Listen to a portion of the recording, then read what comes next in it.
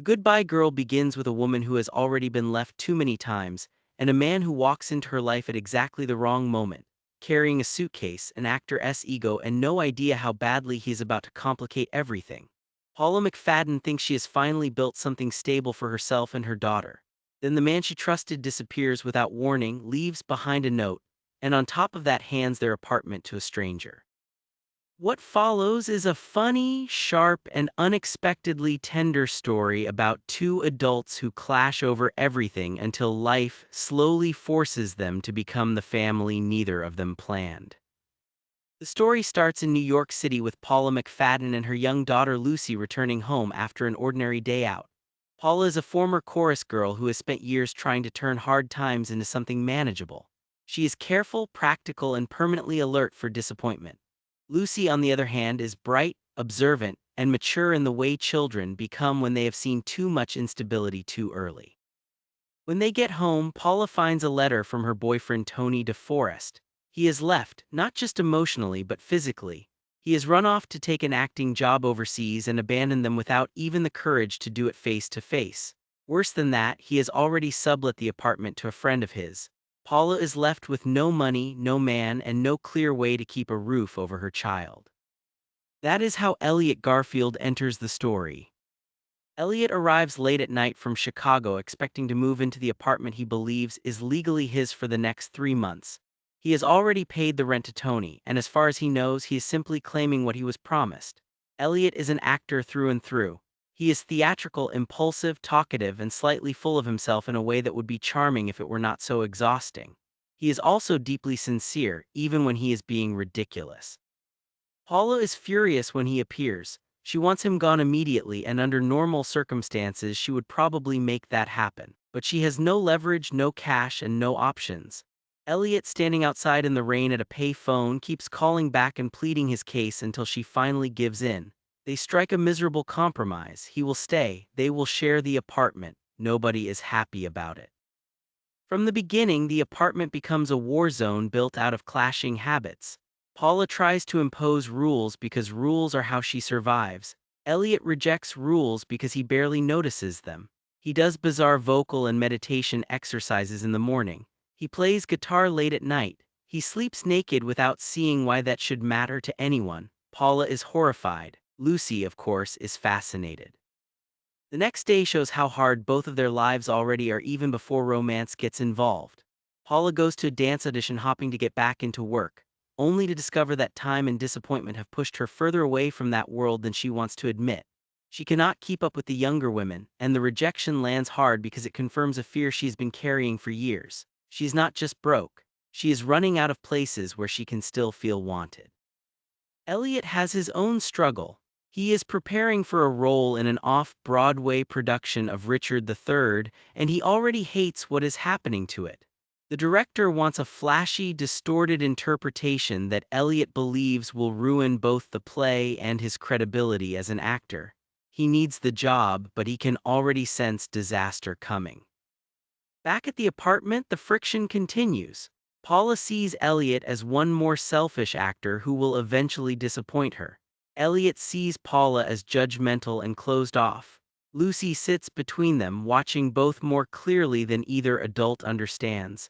She misses having a man in the house, but she is also wary because she knows how often men vanish. One afternoon, Paula is robbed while out shopping, and Elliot tries to chase the thief and recover her purse. He fails. The moment is small but important. Elliot wants to help, and Paula sees only another man who means well and still leaves her in trouble. Yet he keeps showing up. He lends her money when she needs it. He talks to Lucy like she matters. He is not reliable in the way Paula trusts, but he is emotionally present in ways she has not had in a long time. Gradually, the tension inside the apartment changes shape. Elliot still drives Paula crazy, but he also begins charming Lucy. He plays guitar for her, he makes her laugh, he talks to her as if she is smart enough to deserve real answers. For a child who has learned not to count on adults that attention matters, Paula notices it even when she tries not to. At the same time, Elliot's career takes a blow. Richard III opens and the production turns into the disaster he feared. The reviews are brutal. He comes home drunk, humiliated, and feeling like his career may be over before it has even properly begun. It is one of the first times Paula sees past his noise and ego into something much sadder. Under the performance, there is a man who is scared of failing at the thing he loves most. Instead of mocking him, Paula comforts him. That shift changes everything. They are no longer just unwilling roommates circling each other with irritation. They are two bruised adults starting to recognize the damage in each other. Elliot sees how much of Paula's sharpness comes from fear. Paula sees that Elliot's theatrical energy hides insecurity just as real as her own. Their bond keeps deepening through ordinary, unplanned moments. Paula asks Elliot to stay in the apartment and watch Lucy while she takes work as an MC at an automobile show. Elliot, who has spent so much time talking big about art, suddenly becomes part babysitter, part companion, and part unexpected support system. He and Lucy even show up at the convention, which both rattles and touches Paula. She is not used to being accompanied. She is used to being left. Elliot also takes a humiliating job at a strip club performance space, where chaos breaks out and he ends up in a fight. Even that turns into a strange triumph when the audience mistakes the whole mess for part of the act. It is the kind of absurd turn the movie handles well. In Elliot's life, dignity is always only one step ahead of comedy. As their lives keep tangling together, Elliot and Paula finally start moving toward each other openly. He invites her on a proper date. She tries to resist because experience has taught her that hope is dangerous. But resistance only goes so far when somebody has already become part of your daily emotional weather. Elliot sets up a rooftop dinner for her, transforming part of their ordinary building into something almost magical. It is not elegant in a polished sense, but it is romantic because it is personal. Improvised and full of real effort, the night turns intimate. Rain interrupts them, they take shelter, then they kiss, and after all the bickering and mistrust, they finally sleep together. The next morning is not simple. Lucy reacts badly because from her point of view this means another man has entered their fragile little world, and she has every reason to fear what comes after that. Paula feels the same fear, though she hides it better. Elliot has to face the fact that loving Paula also means earning Lucy's trust. So instead of retreating or acting defensive, he goes toward the problem. He spends time with Lucy, takes her out, makes her laugh, and slowly convinces her that his feelings for her mother are real. For a while, life actually begins to feel good. That may be the most radical thing in the film. Paula, who has lived expecting disappointment, begins to relax. Elliot starts finding success with an improvisation group. Money starts coming in. Paula begins redecorating the apartment not just because it needs improvement but because she is starting to believe in a future again. Elliot even proposes marriage. For someone like Paula, that offer is not just romantic. It is almost terrifying because it asks her to trust happiness before it has fully settled. Then the threat she always feared arrives. A film director sees Elliot and offers him a movie role in Seattle.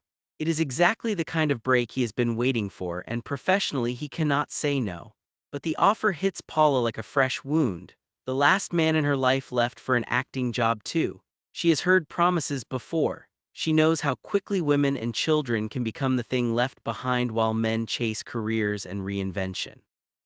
Elliot insists this is different. He tells her the job is only for a few weeks. He tells her he will come back. He tells her she and Lucy matter. But the more sincerely he promises, the more scared Paula becomes because fear does not listen to sincerity. Fear listens to memory. Still, Elliot leaves. This is where the film could have turned bitter, but instead it finds one last emotional twist.